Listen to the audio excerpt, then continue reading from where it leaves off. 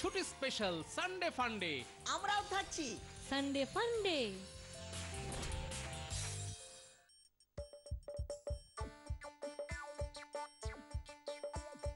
আসছে গোপাল যাচ্ছে গোপাল, ভাবছে গোপাল হাসছে গোপাল, আসছে গোপাল যাচ্ছে গোপাল, ভাবছে গোপাল হাসছে গোপাল।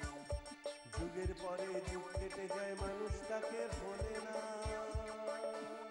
যুগের পরে যুগ কেটে যায় মানুষ তাকে ভোলে না। চলে না রে চলে না রে চলে না রে চলে না, চলে না রে চলে না রে তাকে ছাড়া চলে না। কে সে পরিচয় কি তার? হাসির রাজা জ্ঞানের রাজা রসিক রাজা গোপাল ভাঁড়, হাসির রাজা জ্ঞানের রাজা রসিক রাজা গোপাল ভাঁড়, হাসির রাজা জ্ঞানের রাজা।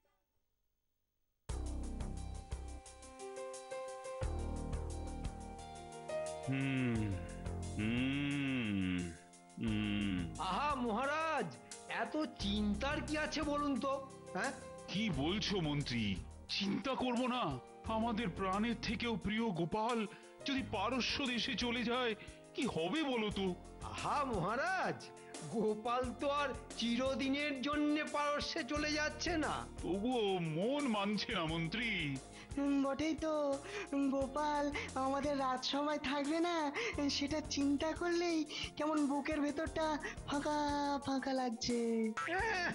যত সব ঢঙের কথা শুনলে না গা একবারে জ্বলে যায়। ও মা, কিন্তু মহারাজ ওই দূত যে পারস্য দেশ থেকেই আসছেন সেটা আমরা বুঝবো কি করে? মিথ্যে কথা বলে আমার লাভ কি মহারাজ? কিন্তু সত্যি কথা যে বলছো তার প্রমাণই বা কি আছে তোমার কাছে? আমি জানতাম যে এই প্রশ্ন উঠবেই, আর তাই নবাবের কাছ থেকে এই রাজকীয় শিলমোহর নিয়ে এসেছি। এই যে মহারাজ দেখুন।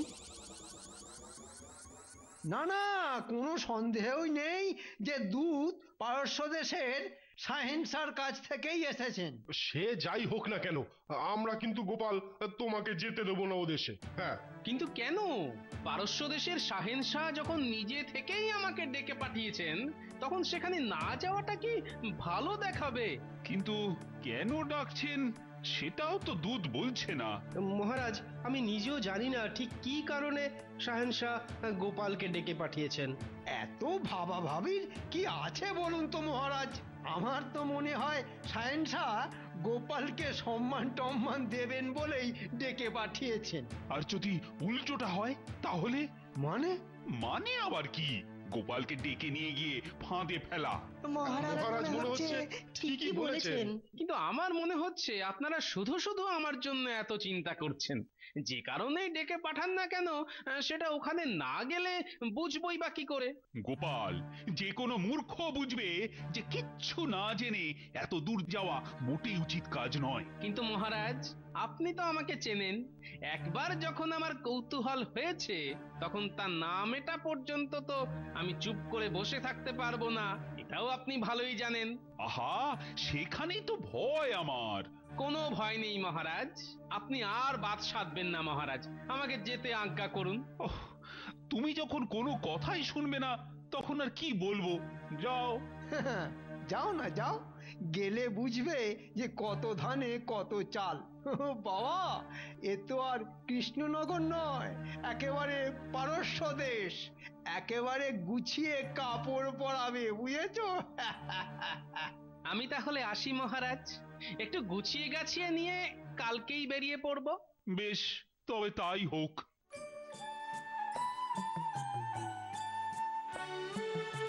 জায়গা পেলে না চললো একেবারে পারস্য দেশ। যত সপ্তাহ আহা, বিদেশ বিভূই দেখতে ইচ্ছে করে না? তা করবে না? খুব করবে, খুব। তাও আবার একা একা। আমিও যাব তোমার সাথে। না না, আমি আগে নিজে গিয়ে দেখে আসি, তারপর তোমাকেও নিয়ে যাবখন। এই আমি কথা দিলাম। আর আমরা কি বানের জলে ভেসে এলাম নাকি দাদু? ও, তোরাও এসে পড়েছিস? বাহ, তুমি আমাদের ছেড়ে কতদিনের জন্য চলে যাচ্ছ, আর আমরা আসবো না? দাদু, তুমি সত্যিই যাবে? তো যাবে না তো কি, এখানে বসে বসে তার মুখ দেখবে? না গো দাদু, তুমি যাও, তবে ফিরে ফিরে আসার সময় পারস্য দেশ থেকে বেশ ভালো ভালো আঙুর নিয়ে এসো তো। ওখানে আঙুর পাওয়া যায় জানলি কি করে? সত্যি পড়াশোনা যে একেবারেই করিস না বোঝা যায়। কেন কেন এ কথা কেন বললি? আরে আরব্য রজনীর গল্পে পড়িসনি? রাজকুমার রাজকন্যারা শুধু সময় পেলেই আঙুর খেত। এই তুই থাম তো, শুধু সব সময় খাই আর খাই। সত্যি ও দাদু, তুমি যাবেই না? তোদের দাদুকে কোনোভাবেই আটকানো যাবে না রে পুঁটি। এই লোকটা একেবারে আমার হাড় মাস এক করে দিল, অথচ যেই বাইরে যাবার কথা হলো অমনি বেমালুম আমার কথা ভুলে মেরে দিল। সত্যি দাদু, এ তোমার ভারী অন্যায়। ঠিক আছে ঠিক আছে, জিনিসপত্র সব ঠিকঠাক করে নিয়েছো তো? হ্যাঁ হ্যাঁ, ও হো হো গোপাল, ও এই যে উড়ুক্কু জুতো জোড়াই তো তোমাকে আমার দেওয়া হয়নি। আরে বাহ বাহ বাহ, এটা তো আমার দারুণ কাজে লাগবে গো বিজ্ঞানী। সত্যি তো, যখন যেখানে যেতে চাইবে খুব সহজেই আর তাড়াতাড়ি পৌঁছে যেতে পারবে। তোমাকে যে কি বলে ধন্যবাদ দেব বিজ্ঞানী। তবে তোমার জন্যে আরো একটা শিশি এনেছি, এই যে। এতে আবার কি? এতে আছে অদৃশ্য হওয়ার ওষুধ। যখনই কোনো বিপদে পড়বে এই তরল তোমাকে কিছুক্ষণের জন্য অদৃশ্য করে দেবে, আর তুমি সেখান থেকে পালিয়ে আসতে পারবে। আরে তুমি তো আমাকে অদ্ভুত ক্ষমতা দিয়ে দিলে হে বিজ্ঞানী। তাহলে গোপাল, কাল সকাল সকালই বেরিয়ে পড়ো, কেমন?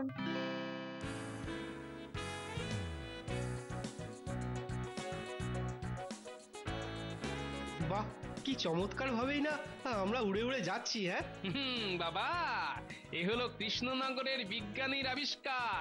কিন্তু এই উড়ুক্কু জুতোর সাথে কিন্তু আমাদের ওই পারস্য দেশের আলাদিনের উড়ন্ত গালিচার খুব মিল রয়েছে। মিল থাকতেই পারে, কিন্তু সেটা তো রূপকথার গল্প। কি বলছো গোপাল? আলাদিনের উড়ন্ত গালিচা রূপকথা নয়, একেবারে জ্বলন্ত সত্যি। এবার কিন্তু তোমার কথা শুনে আমার হাসি পাচ্ছে দুধ। এটা হাসির কথা নয় গোপাল, বাদশাহী নথিতে এর উল্লেখ আছে। তাই নাকি? বেশ, তা সেই আলাদিনের উড়ন্ত গালিচা রয়েছে কোথায়? নথিতে বলা আছে যে আলাদিনকে আলাদিন করেছিল যে প্রদীপ আর গালিচা, তা এমন জায়গায় রাখা হলো যাতে আরেক আলাদিনই তা বের করতে পারে। বেশ, তাহলে আরেক আলাদিনের ভরসায় তা থাকুক লুকিয়ে।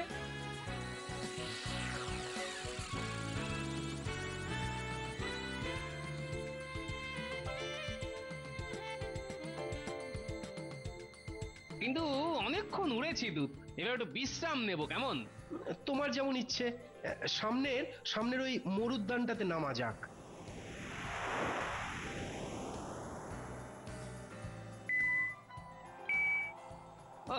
রোদ্দুরে মাথার ঘিলুটা যেন শুকিয়ে যাচ্ছিল। আরে বাবা, সামনের ওই জলাশয় হাত মুখ ধুয়ে নিতে পারো। বেশ বেশ বেশ, তা দুধ মশাই, আমাদের আর কতটা যেতে হবে? আমরা যে গতিতে যাচ্ছি তাতে হ্যাঁ বড় জোর আরো 1 ঘন্টা। তাহলে আর এখানে বেশি সময় নষ্ট না করে ও কি, ওই বাচ্চাটা এদিকেই দৌড়ে আসছে না? কিন্তু লোকালয় তো এখান থেকে অনেক দূরে, ও এলো থেকে? বাঁচাও বাঁচাও বাঁচাও, আগে বাঁচাও বাঁচাও। যা, অজ্ঞান হয়ে গেল। এই তাড়াতাড়ি একটু জল নিয়ে এসো তো। হ্যাঁ যাই।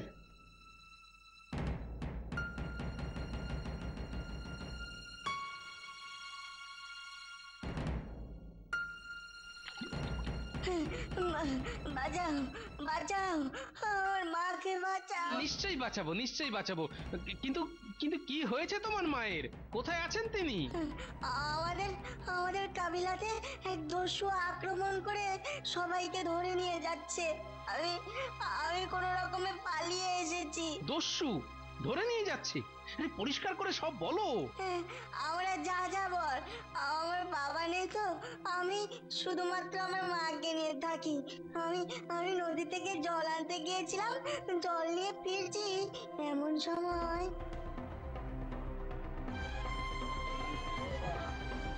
একটাও যেন পালাতে না পারে, সব কটাকে বেঁধে গর্তের সামনে নিয়ে চল। পালিয়ে এসো মা। পালা, শাহিন শাহর কাছে যা।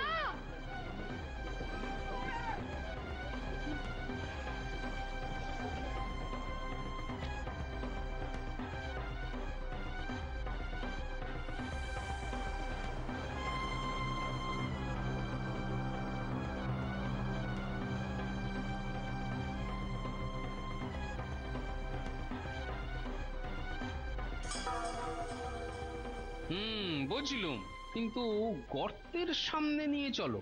কোন গর্ত? কিসের গর্ত? এ তাহলে নিশ্চয়ই ওই ভয়ানক দস্যু দলের কাণ্ড। কোন দস্যু দল? আসলে এই অঞ্চলে এক নতুন দস্যু দলের আবির্ভাব হয়েছে, যাদের অত্যাচারে গ্রামের পর গ্রাম পুরো ফাঁকা হয়ে যাচ্ছে। ফাঁকা মানে? লোকগুলো যাচ্ছে কোথায় সব? কেউ না কেউ তো দেখেছে। না, আজ পর্যন্ত ওদের হাত থেকে কেউ ফেরেনি, তাই ওদের সম্বন্ধে কিছু জানাই যাচ্ছে না। শাহেনশাহ প্রচুর চেষ্টা করেছেন, কিন্তু দস্যু দলের কোনো সন্ধানই পাননি। না, তাহলে তো আমাদের বেশি দেরি করা যাবে না। এখনই ধাওয়া করলে ওদের তাও বোধহয় ধরা সম্ভব। সে তো বটেই। তবে তবে এই সময় যদি শাহেনশাহকে খবরটা দেওয়া সম্ভব হতো, তাহলে বোধহয় দস্যু দলকে ধরা যেত। আমরা গিয়ে যদি শাহেনশাহকে নিয়ে আসি। না না, অত সময় নেই। এক কাজ করো, তুমি এই উড়ুক্কু জুতো পরে এক্ষুনি চলে যাও শাহেনশাহর কাছে। আর তুমি? আমি আফানের সাথে এগিয়ে গিয়ে দেখি ওদের খোঁজ পাই কিনা। তুমি একা ওকে নিয়ে যাবে? আমার কিন্তু খুব ভয় করছে। ভয়ের কিচ্ছু নেই, তুমি যাও।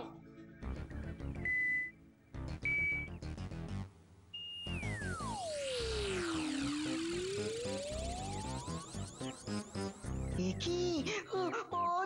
ও তো উড়ছে। ও কি জিনি? না না, জিনি কেন হবে? চলো এবার আমরা উড়বো। ধরো আমাকে।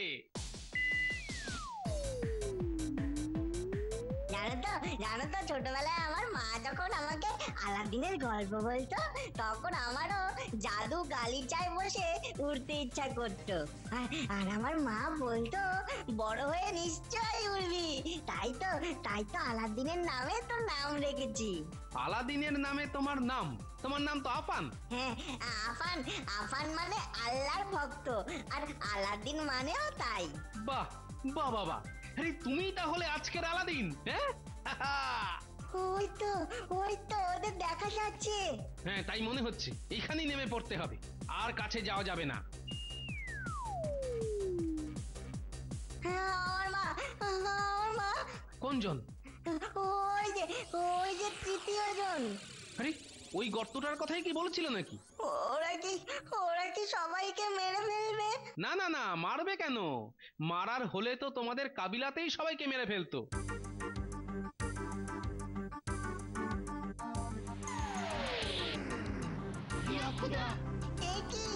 আরে লোকটা যে অদৃশ্য হয়ে গেল। যা, আবার একটা লোক। ওরে বাবা, এবার যে কি হবে আমাদের কে জানে।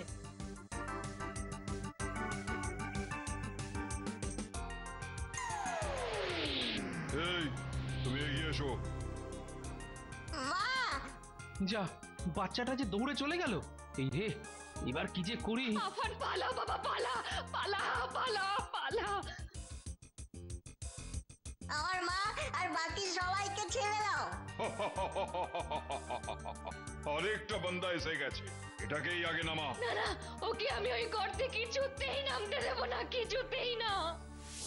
না, অবস্থা দেখছি হাতের বাইরে চলে যাচ্ছে। আমাকে ওদের সামনে যেতেই হবে। এই, ছুড়ে দে বাচ্চাটাকে এই গর্তের ভেতরে। আরে দাঁড়াও দাঁড়াও দাঁড়াও, অত তাড়া কিসের বাপু?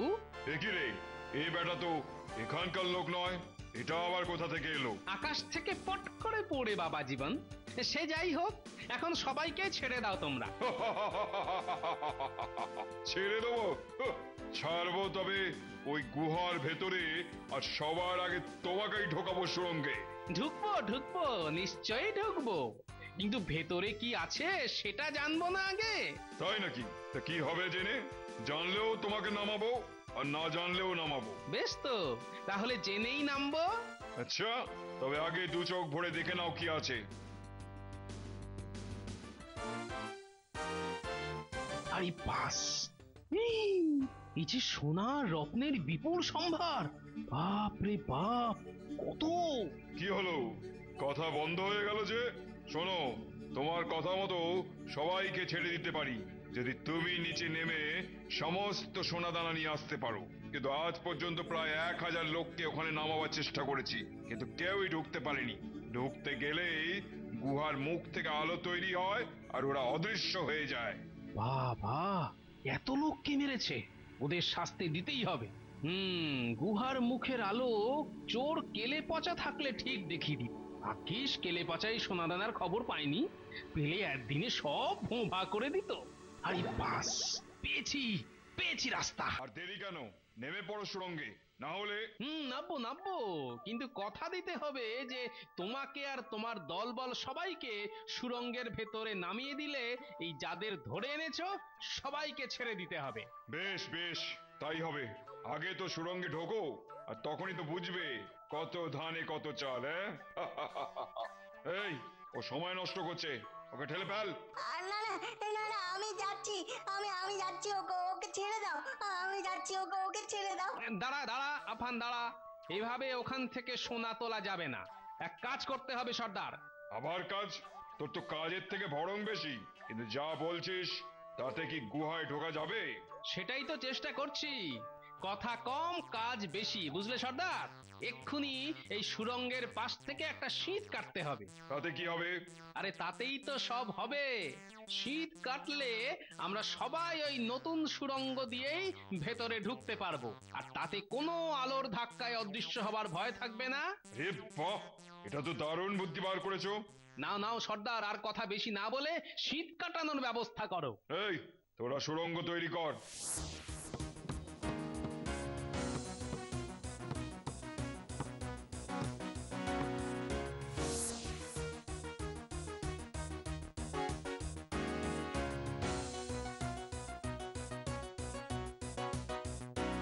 আস্তে আস্তে হামাগুড়ি দিয়ে যেতে হবে। চলুন চলুন। যাচ্ছি যাচ্ছি।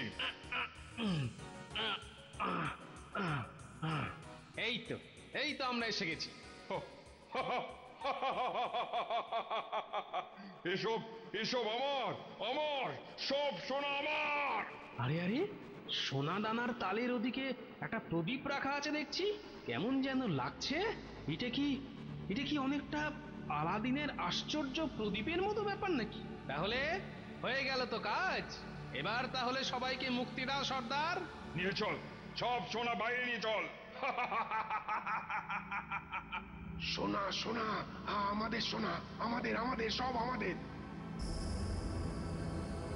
ইয়া আল্লাহ, এ কি, ওরা যে পাথর হয়ে গেল। সত্যিই তো, আলাদিনের প্রদীপের কথাই মনে পড়িয়ে দিচ্ছে। না, এখান থেকে বেরিয়ে যেতে হবে। কি, সবাই পালিয়েছে আর তোরা কেন এখানে দাঁড়িয়ে আছিস? তুই সবার জন্য নিজের প্রাণের ঝুঁকি নিলে, আর আমরা কি তোমাকে ছেড়ে যেতে পারি? ঠিক আছে ঠিক আছে, এখন চল পালাই, সর্দার এখনো বেঁচে আছে। কাউকে পালাতে দেবো না, তোদের জন্যই আমার দলে সবাই পাথর হয়েছে। তোদের আমি নিজের হাতে মারবো। আগে এটাকে। আফান! কি আশ্চর্য, এ কি করে সম্ভব? এবারই সুযোগ বেটাকে কায়দা করার। সর্দার, এবার বুঝতে পারছো তো আমি কে? আমার ইচ্ছে ছাড়া তুমি কাউকে মারতে পারবে না। কে কে তুমি? বাচ্চাটার কিছু হলো না কেন? ওকে ছেড়ে নিজের কথা ভাবো, তোমার কি হবে এবার? মানে কি হবে? তুমি কি আমাকে ভয় দেখাচ্ছ নাকি? আমার হাতে এটা দেখছো তো, একেবারে তোমার ভুঁড়ি ফাঁসিয়ে দেবো। আরে না না, ভয় কেন দেখাবো? আমি শুধু বলছি যে আলাদিনের আশ্চর্য প্রদীপের জিনের কথা জানা আছে তো সর্দার, নাকি? মানে তুমি কি বলতে চাইছো বলো তো? এখনো বুঝলে না যে আমি সেই জিন? এই গুহা আমার। আমাকে বোকা বানানো? তাহলেই দেখো, আমি সেই জিন। না না, আমাকে ক্ষমা করে দাও জিন, আমাকে মেরে ফেলো না। না, তোমাকে মারবো কেন, তোমাকে বেঁধে রাখবো। এ কি?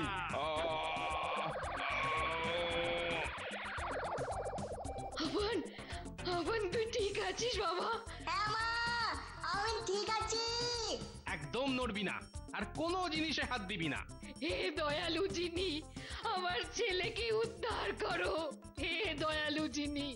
না না, আমি জিনি ফিনি নই। পুরো ঘটনাটা বিচার করলে মনে হয় দূতের কথাটাই সত্যি। বেটার ছেলে বলেছিল যে বাদশাহী নদীতে আলাদিনের উল্লেখ আছে। আমার ছেলে। দাঁড়াও, আমাকে চিন্তা করতে দাও। তাহলে কি শাহেন শাহ ওই প্রদীপ উদ্ধার করার জন্যই আমাকে ডেকে নিয়ে এলেন? আর আফানের কেন কিছু হলো না? নথিতে বলা আছে যে আলাদিনকে আলাদিন করেছিল যে প্রদীপ আর গালিচা, তা এমন জায়গায় রাখা হলো যাতে আরেক আলাদিনই তা বের করতে পারে। আলাদিনের নামে তোমার নাম তো আফান। আফান মানে আল্লাহর ভক্ত, আর আলাদিন মানেও তাই। আরে তুমি তাহলে আজকের আলাদিন? হ্যাঁ, পেয়েছি পেয়েছি। এক কাজ করি, ওই বাচ্চাটাকে পাঠাই। কেন জানি না বারবার মনে হচ্ছে বাচ্চাটার বাবা নেই আলাদিনের মতো, আর বাচ্চাটা যেহেতু ছোট তাই ওর মনে কোনো পাপ মলিনতা কিচ্ছু নেই। আমার মনে হচ্ছে ওই ওই একমাত্র প্রদীপটা আনতে পারবে। আমি এখন কি করব বলো? বুঝিয়ে দিচ্ছি, একটু অপেক্ষা কর। শোন, তুই নিচে অন্য কিচ্ছু না ছুঁয়ে শুধু একটা প্রদীপ আছে সেটাকে নিয়ে আয়। হে জিনি, ও যদি পাথর হয়ে যায়? আমার মন বলছে কিছু হবে না। কিছু হবার হলে গুহার ভিতরেও নামতেই পারতো না, তার আগেই অদৃশ্য হয়ে যেত।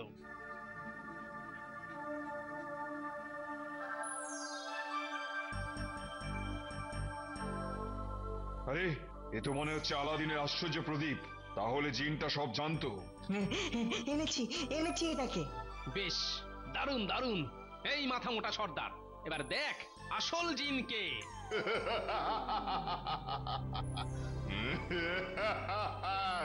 কি হুকুম আকা? শোনো, তুমি ভেতর থেকে কিছু ধনরত্ন নিয়ে এসে ওই আফানকে দাও। জো হুকুম আকা। ব্যাস, তোমার কাজ শেষ। এবার তুমি গুহাটার মুখ চিরকালের মতো বন্ধ করে বিদায় নাও।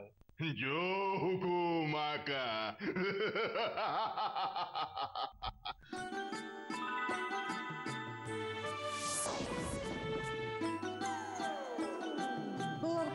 ওকে ছেড়ে দিলে? তুমি না মিষ্টি ছেলে আফান, বেশি লোভ করতে নেই। আমরা কি করব এত সোনা দানা নিয়ে এখন? এগুলো এখন সব তোমাদের। ছেলেকে নিয়ে এখন যাও, আবার নতুন করে জীবন শুরু করো। তোমার খুব ভালো হবে বাবা, দেখো খুব ভালো হবে, খুব। ওদিকে দেখো, আরো দস্যু আসছে। না, ওই যে দূত আসছে শাহেন শাহকে নিয়ে। এই হলো গোপাল শাহেনশাহ।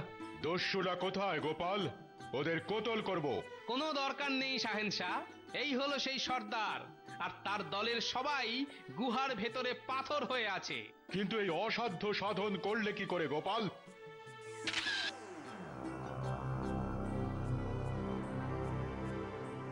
শাহেন শাহ, আলাদিনের এই আশ্চর্য প্রদীপটা আপনিই রাখুন স্মৃতিচিহ্ন হিসেবে। সত্যি গোপাল, সত্যি তোমার কোনো তুলনা নেই। তুমি ঠিক বুঝে গেছো না কেন আমি তোমাকে ডেকে পাঠিয়েছি? এবার আমাকে অনুমতি দিন, মহারাজ খুব চিন্তায় আছেন। না না গোপাল, তোমাকে আমরা এইভাবে যেতে দিতে পারি না। তুমি কদিন আমার অতিথি হিসেবে থেকে তারপর বাড়ি যাবে। যেমন বলবেন শাহেন শাহ।